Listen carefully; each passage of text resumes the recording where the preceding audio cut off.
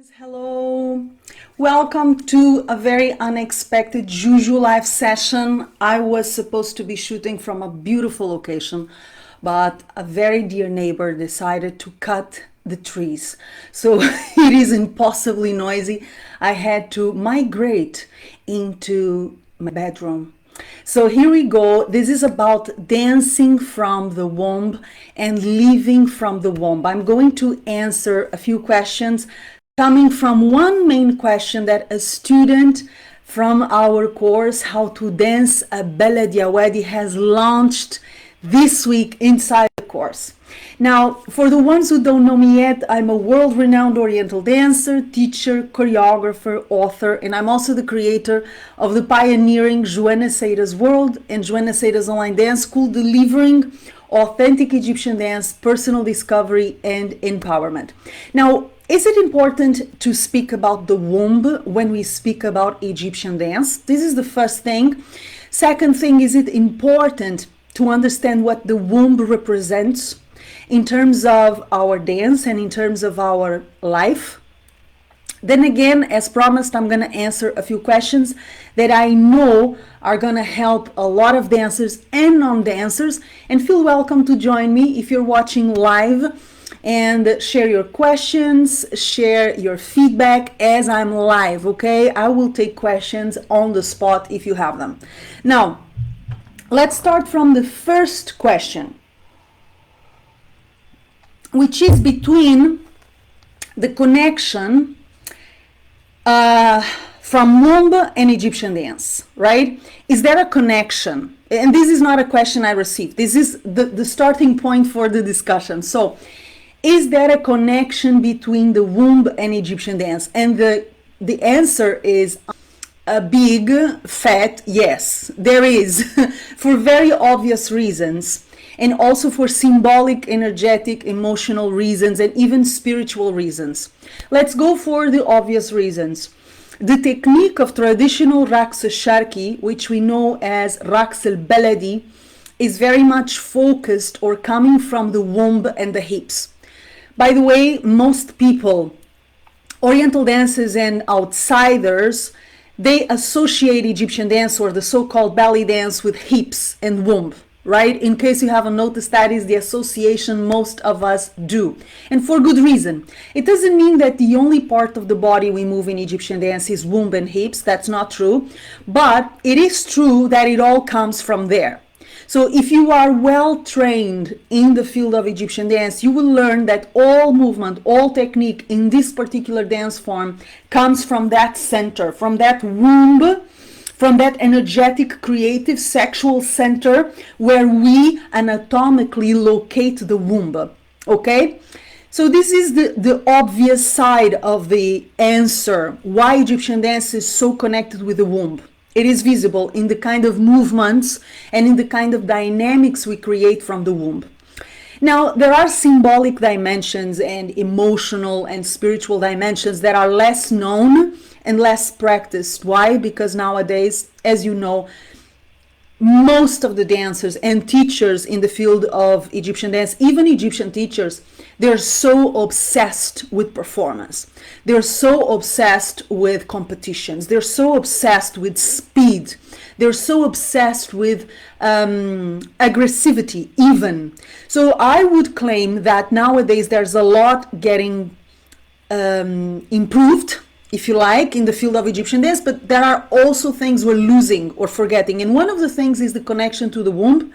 One of the things is the connection to the feminine energy, okay, which is not aggressive, it's not competitive, it's not about performance, it's not about speed, it's not about overdoing.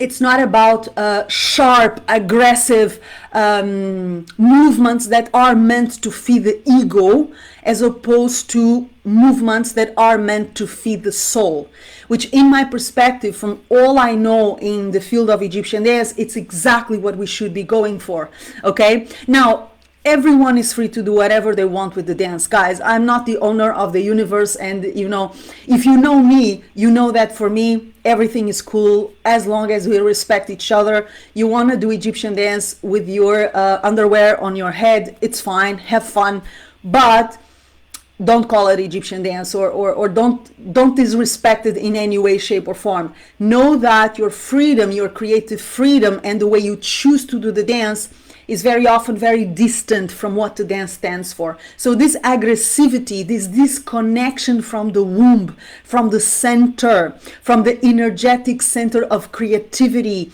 and sensuality and life, this is not, according to my experience, what Egyptian dance stands for. And this is something that we are doing these days. We're getting away from the womb. We're getting away from the feminine energy of creativity. We're getting away from the feminine energy of enjoyment, of pleasure, of having the experience for the sake of the experience and being present for the sake of presence, as opposed to this obsession with performance, obsession with impressing others, obsession with being the best, whatever that means, obsession with doing as many movements as you can in a second. According to my experience, that's really not what Egyptian dance invites you to go for. But then again, we are free to do whatever we want and nobody can stop us, right? So try to get into the knowledge of the dance so that you respect the dance and you honor it, but also you reap more benefits from it, okay? Now, I'm gonna start reading the questions. First of all, what is the connection between the womb and the Baladi Awadi? This is a question I've been asked many times. What is the connection between the womb and the Baladi Awadi? Now, let me clarify something. When we talk about the womb, we are not specifically or necessarily talking about the uterus, the womb as in the organ that composes part of the body of a woman, okay? So when I talk about the womb, it's about the energetic center of the womb, or corresponding to the location of the womb. And that means men and women have this energy.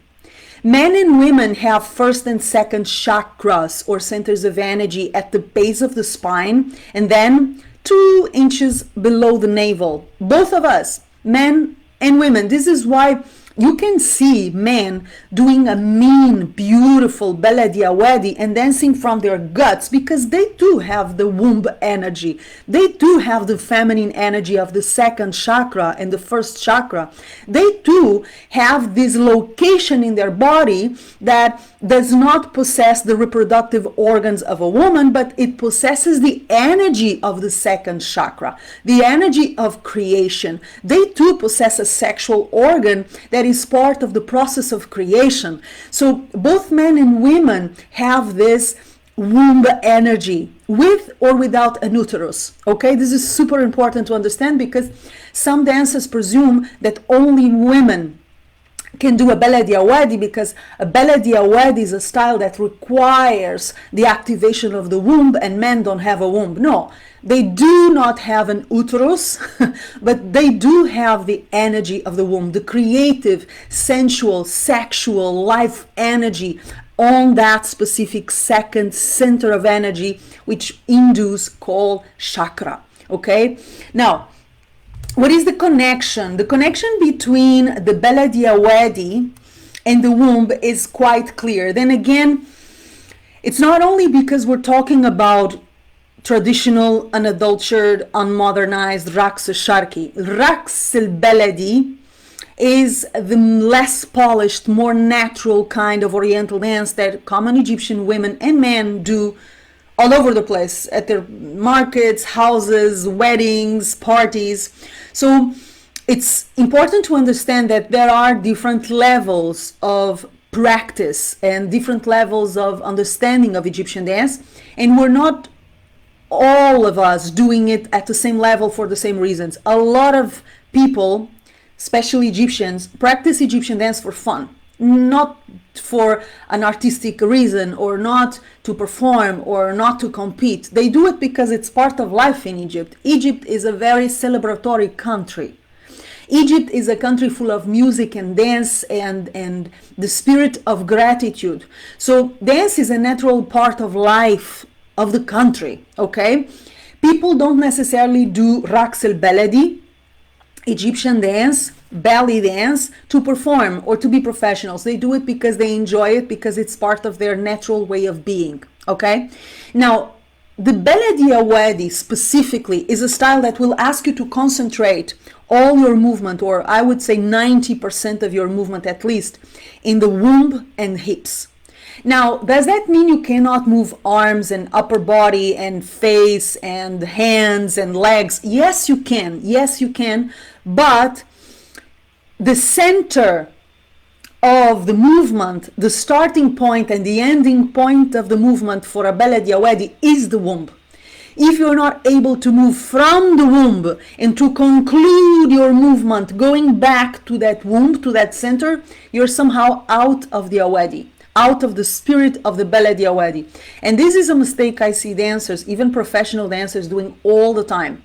They have no idea that a Baladi Awadi requires, it demands the starting point and the ending point to be in the womb. It demands that you reconnect with that specific part of your body, your hips and everything in between.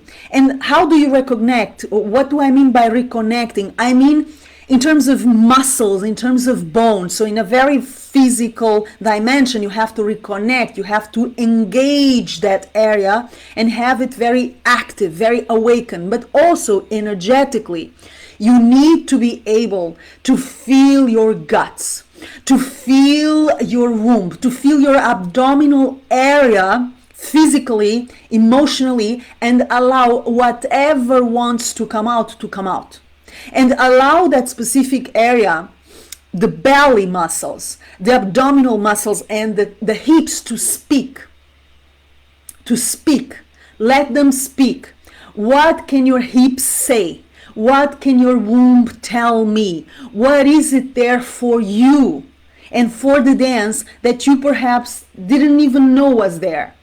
This is a must for the Baladi Awadi. So the connection is a very traditional one. The connection between womb and the Awadi, Baladi Awadi, is a necessary link that dancers either ignore or dismiss or they develop. And when they develop it, they're not only getting into the Baladi Awadi, they're getting into the life force that resides in them, in that second chakra, that second energetic center located between their hips. And when they do that, there are many benefits that come from it, okay? So we're talking about more creativity. We're talking about more self-confidence. We're talking about the ability to materialize ideas, to materialize projects, to turn dreams and plans into reality. We're talking about pleasure, and not only sexual pleasure in the strict sense of the word. We're talking about pleasure in life. You know, that fire, that zestiness that makes you wake up in the morning and say, I'm gonna grab this day and make the best of it. This energy, this is sexual energy.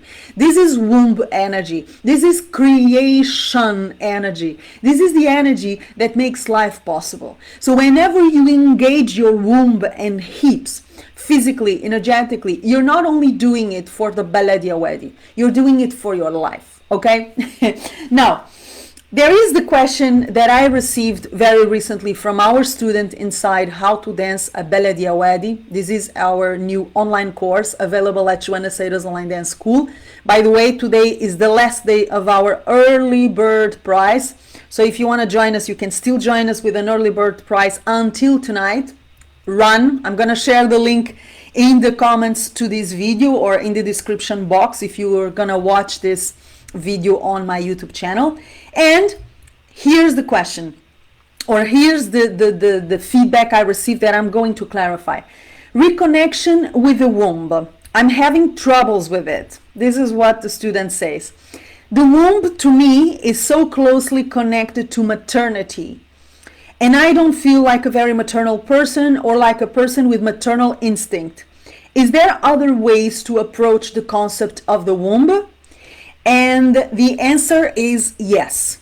Now, I believe that in Eastern and in Western cultures, we have grown to associate the womb with maternity. So this dancer is not alone. Sometimes we think we're alone. We're not. Many of us, I would say most of us, associate the womb with motherhood. with pregnancy, with giving birth, right? The question is, the womb has that function, it's a biological function, but it's not the only function of the womb. And then again, it's not the only function of that energetic center. So let's distinguish here two very different things. The organs, the reproductive organs, and the uterus, and the endometrium, and all that beautiful machine women carry in their womb that allows them to get pregnant and give birth. This is a dimension of the womb. There is another dimension that doesn't have to do necessarily with pregnancy and maternity, and that is what both men and women have. And I've already mentioned it. It's energetic. Okay? So whenever you think about the womb, think in two terms. Biological terms, in the case of women. So that's the place where we create babies, to be very direct. That is the place where a pregnancy starts and develops and ends, or it's gonna end through the sexual organs, but that's how the creation of new life starts and develops and blooms, right? That's a very beautiful, important dimension, but it's not the only dimension. There is the other creative dimension. So what about women who don't want to get pregnant? What about women who cannot get pregnant? What about men who are not getting pregnant, obviously, and not giving birth? Are they away from the potential of the womb energy? Are they unable to access it and use it? They're not. They are able to access and use it. So there are these two different dimensions that I want you to get right in your head, okay? The womb is not, again, necessarily associated with the organ that allows us to create a baby and give birth, okay? The womb is a place in our body, let's put it this way, where a specific center of energy, the second center of energy in our body, also called the second chakra by the Indian culture, that's where that center of energy is located. And that center of energy is an emotional luggage storage. So when we say I'm afraid, I feel butterflies in my stomach, or when we say I fell in love, also we say I have butterflies in my stomach when we fall in love. When we say, I'm full of adrenaline or fear, whenever we feel very deeply, a very intense emotion, we tend to feel it in our womb. We call it guts, but it's the same location, okay? It's the same energetic center that we're talking about. So the womb energy, or the womb energetic center that exists in men and women, it brings to the table very important things that have nothing to do with motherhood, and everything to do with motherhood also. Nothing to do and everything to do. So it is a creative center. So this is, as I already mentioned, the creative energy source.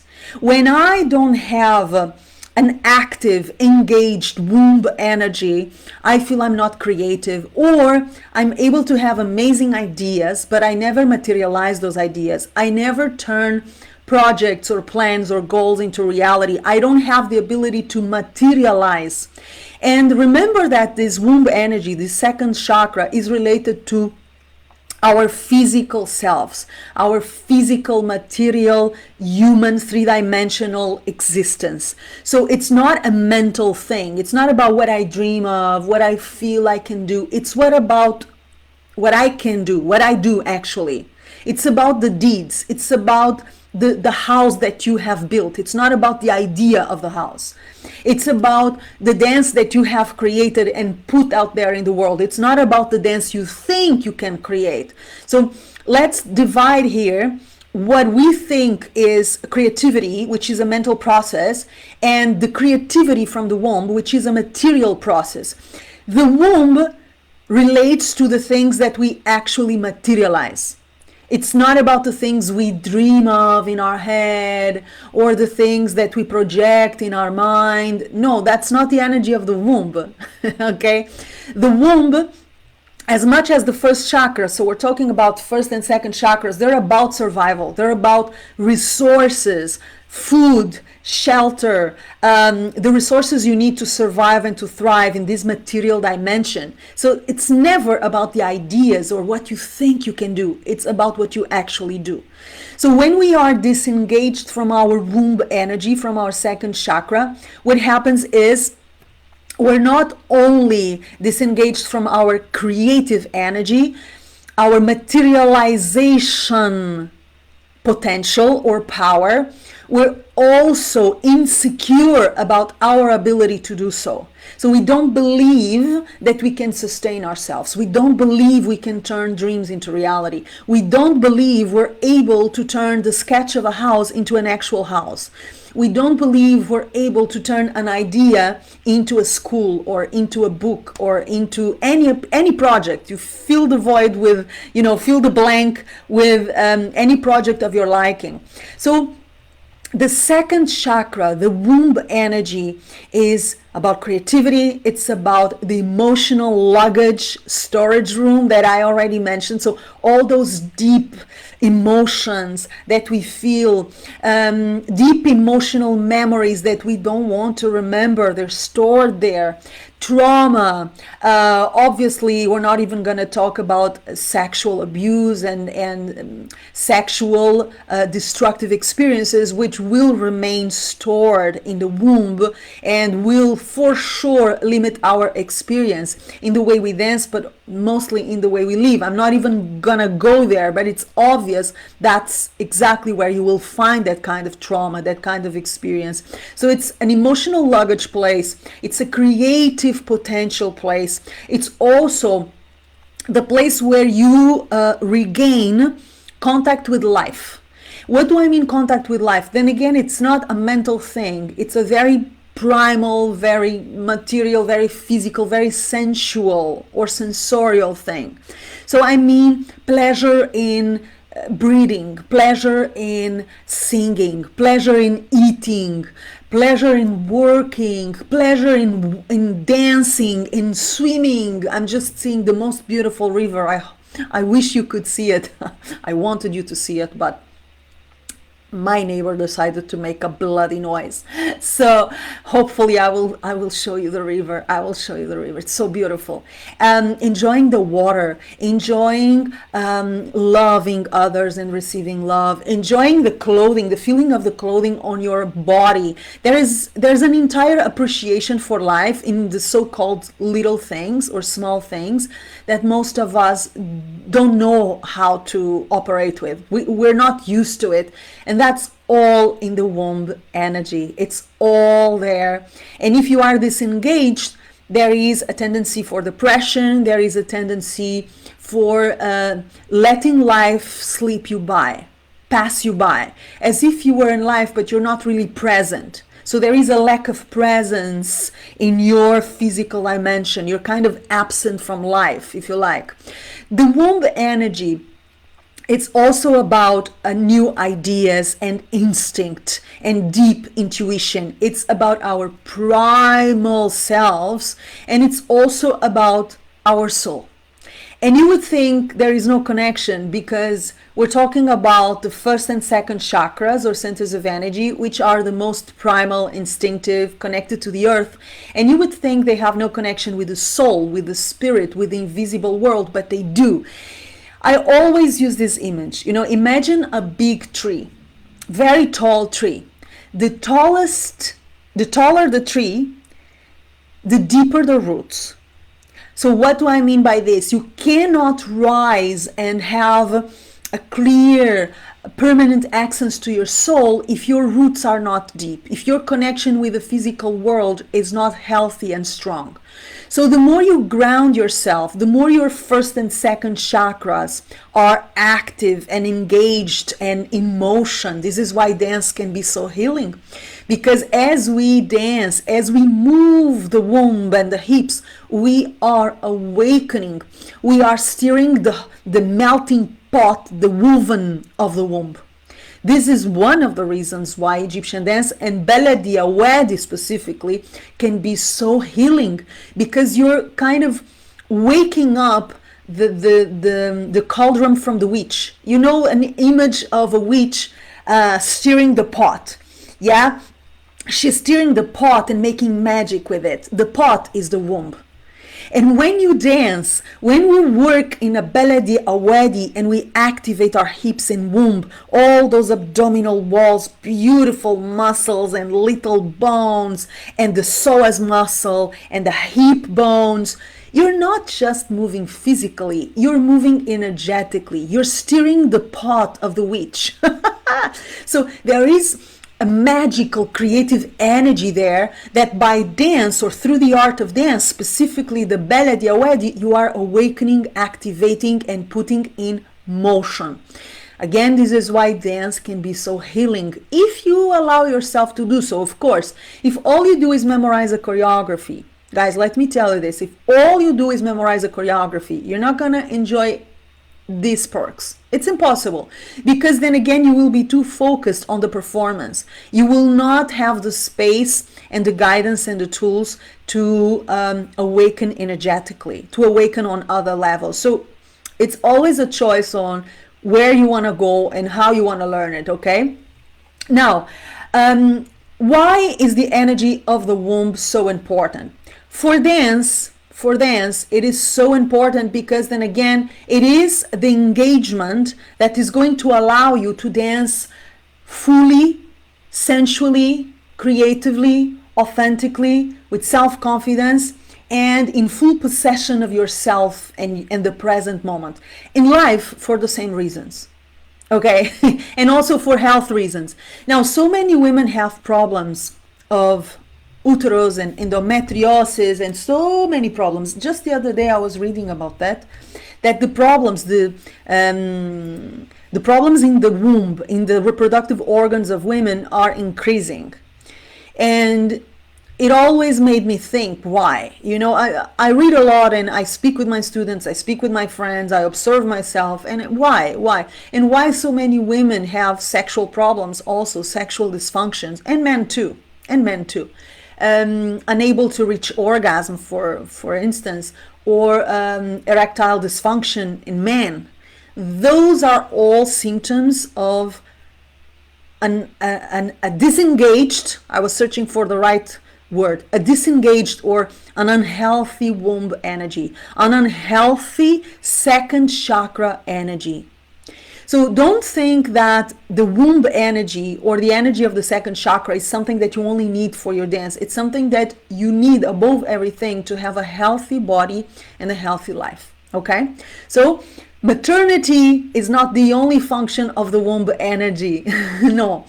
Maternity is one of the functions, beautiful function, essential, gorgeous, miraculous, but not the only one. Okay? So let's start opening up and let's stop seeing the body of a woman as a procreation tool. What about that? You know, the body of a woman is a body independently of procreation. As I mentioned, some women will choose not to procreate and some men will choose not to procreate.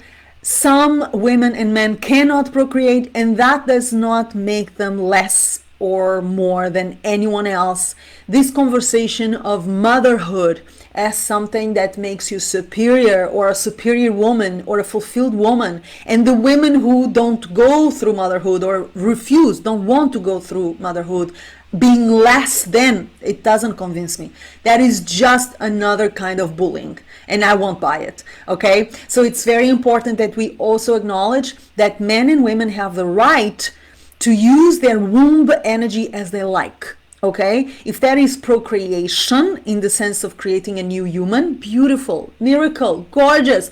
If that is other aspects of the womb energy, like the ones I mentioned, like pure creativity and pleasure and zest for life, so be it.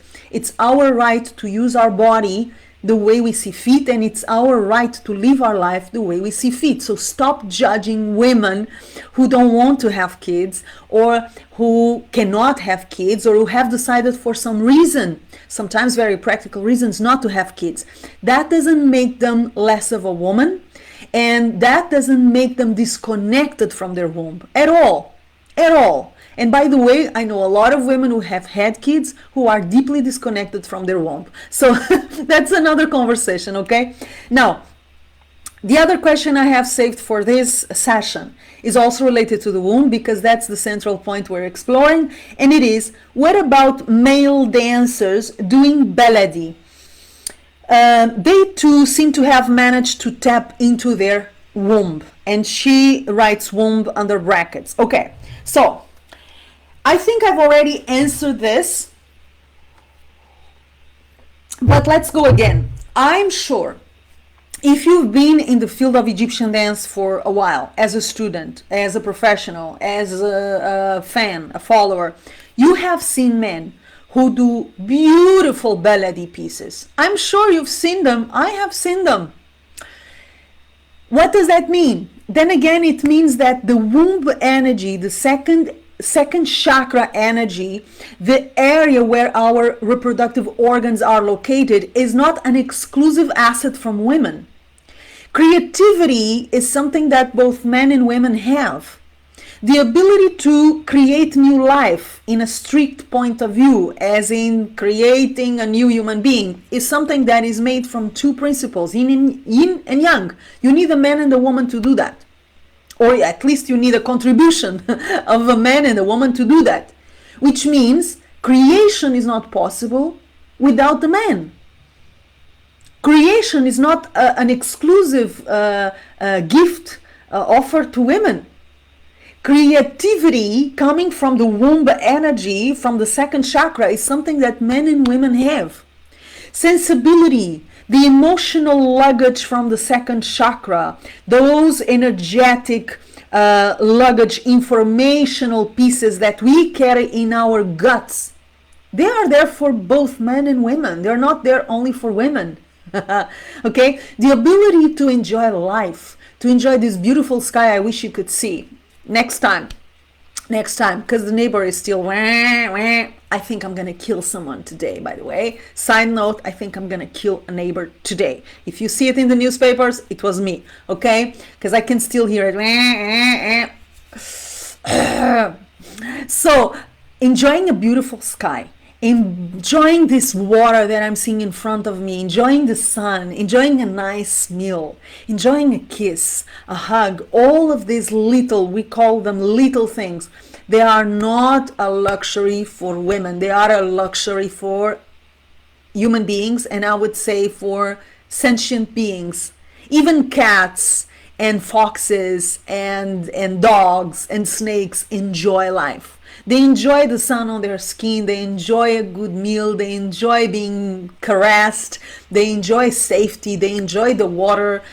We are here to feel alive. We are here to be engaged and present with life from that gut, from those abdominal walls, okay? From that center of life, literal center of life, where human life comes from, but also from the wide metaphoric center of life, in the sense of the place where all joy and appreciation for life comes from. That is accessible for both men and women. So stop making it a women's thing. And I know this is very tempting. A lot of dancers want to make it like a women's thing. Then again, you know, it's a very large discussion, right? I mean, Egyptian dance, is it for men? Is it for women? I think it's for both, but this is just my opinion. I have learned from incredible women, female dancers, and I have learned from incredible male dancers as well, like Mahmoud Reda, like Shokri Mohammed, who were two of my main masters and mentors and best friends. So in all my honesty, I could not ever tell you that Egyptian dance is only for women. That sounds like nonsense to me. But then again, everyone is entitled to their opinion. Let me know what you think about it, of course. And let me know how you activate the energy of your womb. Now, last question is about how do we engage and put the womb, the second chakra's energy field, in motion. How do we make it active? How do we make it healthy? How can we start using that energetic center? And there are many ways of doing that. I'm going to offer you a couple, okay? So the first one I already mentioned, Raqs al-Baladi, and specifically the style of the Baladi Awadi. Why? Because we're going to intentionally, specifically move that part of the body in a way that you will not find in other styles. So this is the first thing. Join our course, How to Dance a Baladi Awadi at Joana Saahirah's Online Dance School. I'm sharing the link in the comments to this video or in the description box to the video if you're watching this replay in my YouTube channel, at Joana Saahirah's YouTube channel, okay? Because the Baladi Awadi is the best way I've ever found to activate, to reconnect myself with my womb and to activate that energy for my dance and for my life. Second thing, you can start breathing from your abdominal wall. This is a very practical thing. It's something that many disciplines will teach you. I'm thinking about yoga, for instance, or different kinds of meditation. You will be taught how to do abdominal breathing. So basically what you do is you start to redirect your air, the oxygen, to your abdomen. So when you inhale, you're going to send the air to your abdomen. When you exhale, you're going to exhale from the abdomen, okay? So this is a practice or a habit that will also help you to reconnect with that specific part of the body and to be engaged with it and by it. Third tip I have for you is to really start enjoying from the outside in. So when you have an engaged, active, healthy womb energy, you start to enjoy life more. But you can also do the opposite movement. You can start paying attention to the physical pleasures, the sensorial pleasures that surround you. And little by little, from the outside in, you're going to start discreetly, slowly to activate the womb energy. So you can either start from the inside out, you activate the womb energy, and then you find yourself enjoying the sensual pleasures of life, or you can trick yourself into engaging that womb energy by going from the outside in, paying attention to the small, under brackets, joys, the small things, the small wins, the small victories, the small pleasures. Drinking a glass of water, do it slowly. Feel the water getting into your body and refreshing you, you know, taking a deep sip of air, you know, fresh air, or getting into the sea, that first moment when you go, you know, start to be engaged with your senses more and more and more. And this is another way of activating your second chakra, your womb energy. Again, there are many other ways to do that. We explore them inside our online course, How to Dance a Baladi Awadi. I do hope that you join us. For now, I'm gonna close this session and hope that the questions I have answered have shed some light on the subject of the womb and why we need to move it and how and for what. And of course, let me know if you have questions. You can always comment on the replay of this video. I read all the comments and I use them to the best of my ability. Once again, last reminder, check How to Dance a Baladi Awadi online course, a transformational journey that is already starting inside our school, Joana Saahirah's Online Dance School. The early bird price ends tonight, so you gotta rush if you want to join us with a special offer. After that, the course goes back to its original price and it's never gonna go into the early bird price again. So follow the link I'm going to share in the comments to this video or in the description box if you are watching this video at Joana Saahirah's YouTube channel.